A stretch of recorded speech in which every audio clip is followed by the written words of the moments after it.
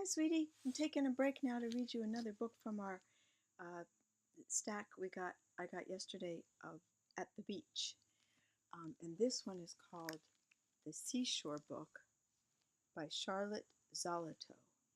I think we might have read another book from her because, no, I guess not.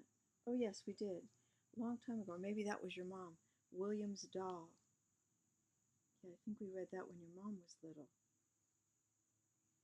Um, these are beautiful, beautiful books. The illustrator um, has been painting many years at the Outer Banks in North Carolina, Martha's Vineyard in Massachusetts, not far from where you were this weekend, and Monhegan Island in Maine. And the author has written over 60 well-loved books for young readers. So we probably read some of them, but now let me read the book. Okay. The Seashore Book. There's a beautiful picture of dunes and the ocean, sand. I think where you were was a rocky beach. Those are beautiful too. Oh gosh, the life that lives among those rocks. It's beautiful. Okay, there's the first one, and there's a beautiful seashell. You know, when I first moved here, there was in the garden, there were two shells like this. Obviously, they weren't from around here because we're not near the ocean, but they must have brought them back and put them in their garden. Um, just a moment, let me get this off the screen so it's not distracting.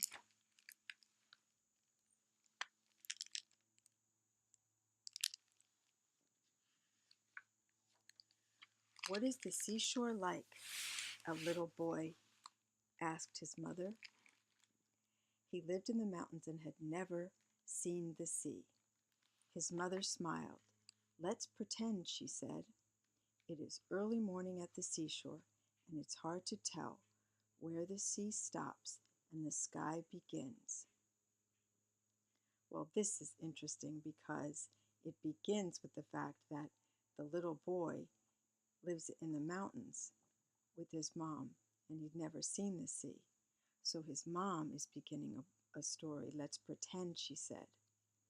It is early morning at the seashore, and it's hard to tell where the sea stops and the sky begins. So they're inside their house in the mountains, and she's telling him this sort of story. Let's pretend, and she's going to create an image of what it's like at the seashore, which is kind of what a book does. It creates an image of the place. Obviously, every book we read, we're not in the spot, but it creates an image and we feel like we are. And they do it really well. In adult books, they do it just with words. And in children's books, they do it with pictures and words. And beautiful pictures, like really good pictures. That's one of my favorite things is reading you these books. It's like my treat every day because I love them and I love the art in them. My grandmother was an artist and she took me to the art gallery a lot. So I got sort of used to seeing lots of different kinds of art. And then I studied art in school, and art that you did and art that you studied that other people did. So when you do that, you sort of see much more than you ever would have seen and appreciate more than you ever would have seen. For example, how difficult it is to make each of these little trees. I mean, each of those is a tree, and he does it with a paintbrush. And that's amazing because you really do. If you've been to the mountains and you look, that's what it looks like, a little fringe on top, and each of those fringes is a giant tree. And he conveys that with a paint and a paintbrush. Or this, anytime you've ever been in a house or you've been outside your house at twilight and you look in, and is this twilight or dusk? Early morning. So it's early morning, which is similar. It's just getting light. At night, it's just getting dark. And you see the glow of the light inside. And it's the best feeling because you know that's a safe, warm place with your people and your things and your animals and your life. And it's yours. You go in there and you're safe, or you come out the front door and work outside and then go back inside. It's a beautiful feeling. And all of that I just said, that feeling is evoked by this one painting. And that's what paintings do. And that's what words on a page do. It's a joy reading these books to you. There he is. They are the same smoky gray until the mist shifts from gray to dark white, from dark white to pale purple, from pale purple to hazy blue, and then suddenly the sun breaks through. So I talk too much in between, but the they that she's talking about, it's hard to tell where the sea stops and the sky begins. Because they, meaning the sky and the water, are the same smoky gray until the mist shifts from gray to dark white, from dark white to pale purple, and then suddenly the sun breaks through. That's what it's like. It warms the cool sand. It turns the sea green, and the beach is golden gray. You run down to the water's edge, one small dark spot against the brightness of the sand and sea. He's a small, bright spot, a small dark spot against the brightness of the sand and the sea. And she evoked that with words, and the painter, the artist, evoked that with this picture. That's exactly what it feels like when you're there, where you look out and in the early morning and it looks like all the same, the water and the sky. Where does one end and the other begin? And then there'll be a little child running on the beach. It's beautiful. You bend over and pick up a stone, washed smooth by the sea. You find tiny brown snail shells and oyster shells, crusty gray outside and smooth pearly pink inside.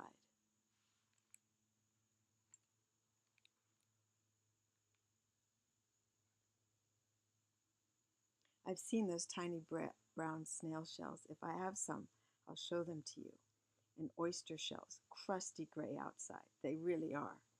Really, really knobby and rough, and smooth pearly pink inside. Absolutely good description. They're beautiful. You pick up a clamshell half open, and inside a live clam snaps the shell closed. In my hand, the little boy asks. In your hand, the mother says. She's good describing these things so well for her little boy. It's like he's right there. Then you reach down again, you pick up a wet white gull feather, a seagull. It's a kind of bird that lives at the ocean.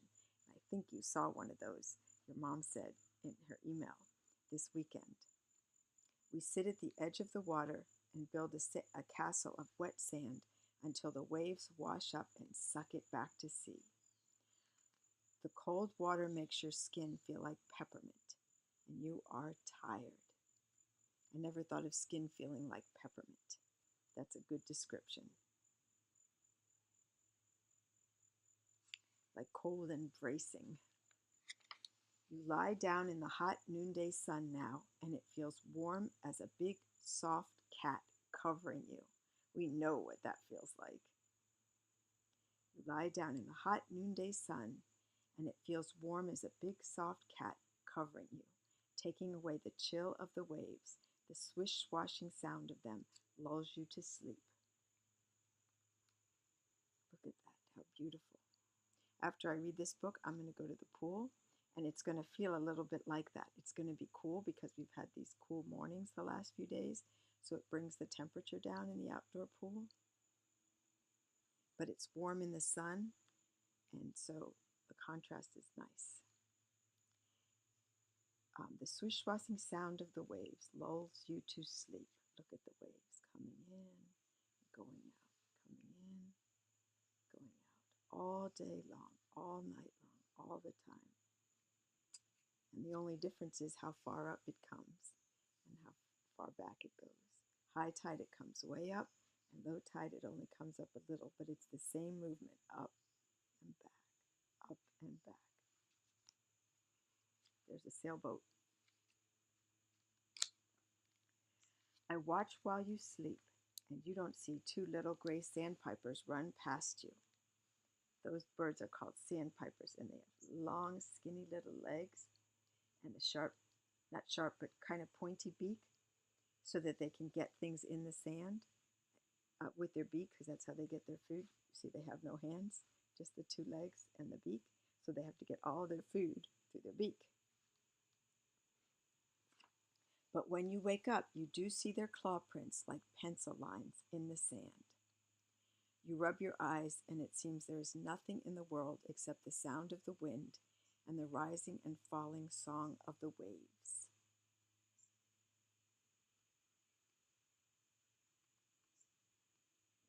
Yeah, this is really pretty, and every page has a seashell down here and a really nice border and a border here.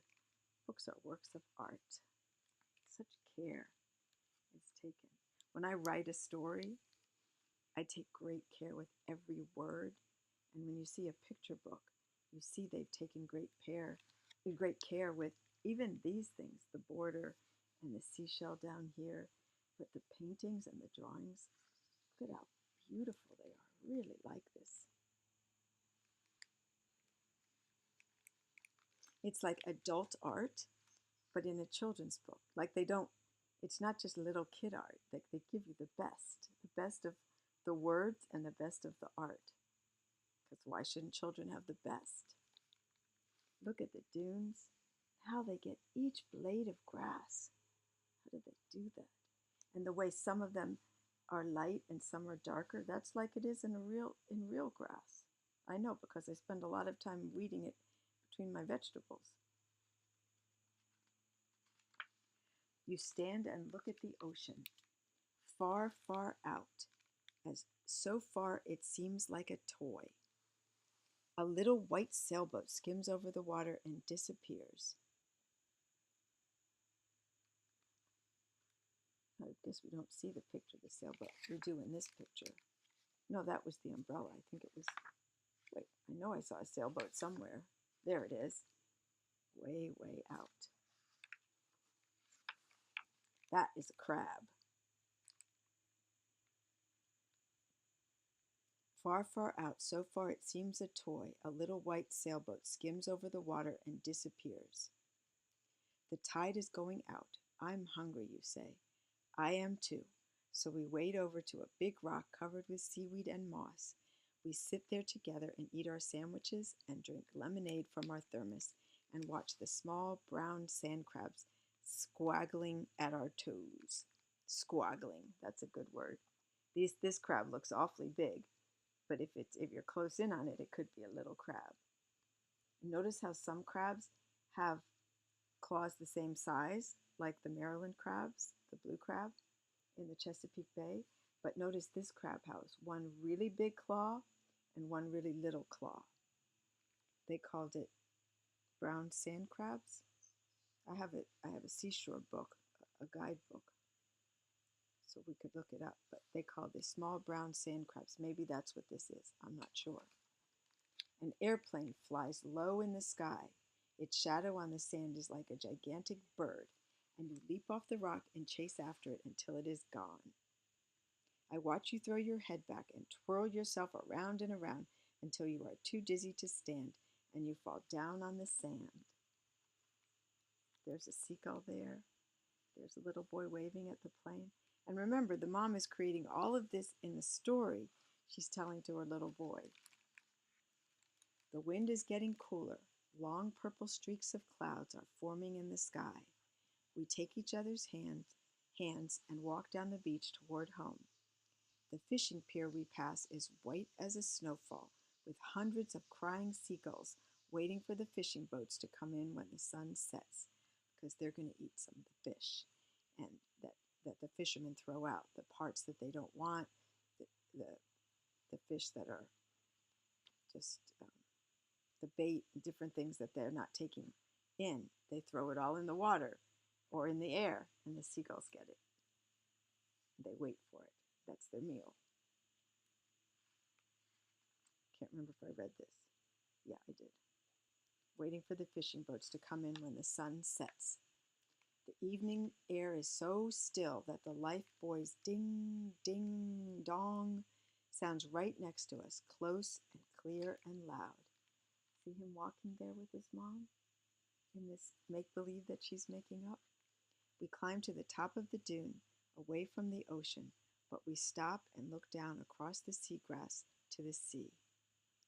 The setting sun is a huge orange ball. You are so tired when we get home that you can hardly stay awake through your hot bath and your dinner. We barely have time to kiss goodnight before you fall asleep.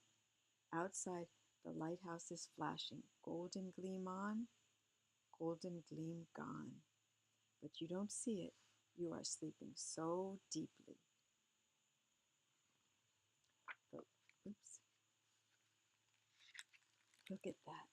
The moon and the stars and the shooting star and the seashells and the seagrass and the ocean. And I said the moon. This is a sliver of moon. You don't hear the tide rising. You don't see the small crescent moon outside your window. The ocean is bursting in waves along the shore, covering the rock where we sat and ate our lunch, and carrying up seaweed and shells to the sand. This mom is good because her make-believe goes on even after he falls asleep. I don't know what that noise is, ignore it. The little boy leaned against his mother and smiled. I like the seashore a lot, he said, and now I can always close my eyes and be there the way I was just now with you. This is really nice book. Charlotte Zolotow and Wendell Miner. He's from Illinois, and they don't say where she's from. Oh, this is a nice book. I really like this book. The Seashore Book by Charlotte Zolotow. Okay, sweetie pie, that's another one in this wonderful stack. We've read 3 of them, and I like all of them.